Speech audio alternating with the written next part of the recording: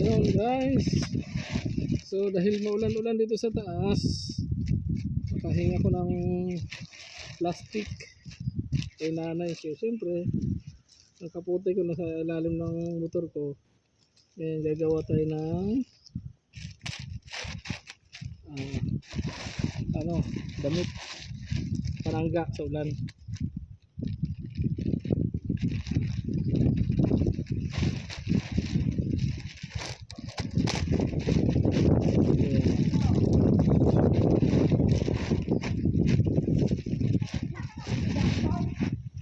Baling mabasa yung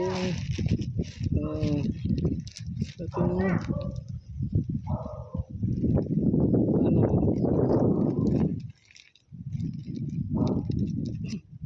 basa yung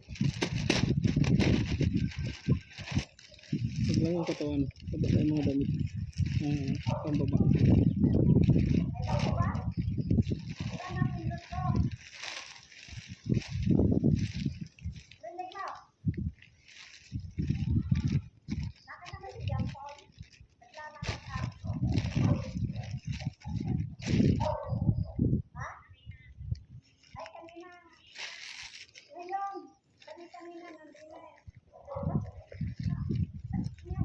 Sa mga panahon